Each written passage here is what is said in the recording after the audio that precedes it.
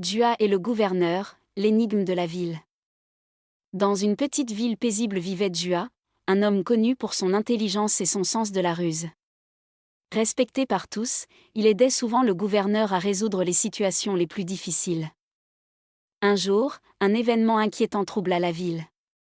L'un des gardes personnels du gouverneur, connu pour sa loyauté et son courage, disparut mystérieusement. Malgré des recherches intensives, aucune trace de lui. Inquiet, le gouverneur se tourna vers Dua. « Oh Dua, mon garde a disparu, et je crains que cela ne sème le chaos. » Dua répondit calmement. « Je vais enquêter, mon seigneur.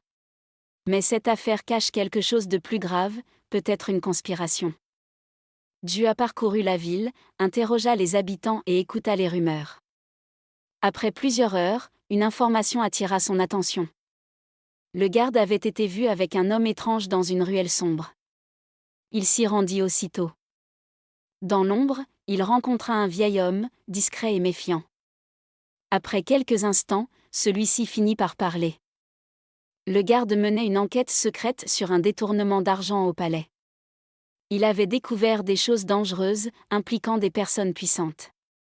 Il s'est approché trop près de la vérité, alors ils l'ont fait disparaître, murmura le vieil homme. Dua comprit immédiatement, un complot se cachait au cœur du palais. Sans perdre de temps, il retourna voir le gouverneur. « Mon seigneur, votre garde est victime d'un complot. Il enquêtait sur des traîtres dans votre propre cour. » Le gouverneur, choqué, répondit. « Je dois agir immédiatement. » Mais Dua leva la main pour l'arrêter. « Non. Si vous les confrontez directement, ils disparaîtront. Nous devons utiliser leur peur contre eux. Quel est ton plan ? » Dua esquissa un léger sourire. « Organisons une grande fête au palais. Et annonçons que le garde a été retrouvé. Et qu'il révélera les noms des traîtres devant tout le monde. » Le gouverneur accepta. Très vite, la nouvelle se répandit dans toute la ville. Le jour de la fête, le palais était rempli d'invités. Y compris les conspirateurs, nerveux malgré leur sourire. Au moment décisif, le gouverneur se leva. Le garde disparu a été retrouvé ? Et il est prêt à révéler la vérité. Un silence tomba dans la salle. Dua déroula lentement un parchemin, laissant monter le suspense.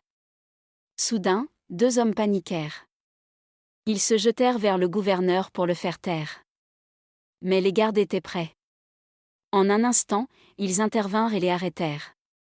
Le piège avait fonctionné. Les traîtres furent identifiés et capturés. Peu après, le garde disparu fut retrouvé sain et sauf, caché non loin du palais. La paix revint dans la ville, et la justice fut rétablie. Le gouverneur déclara avec émotion.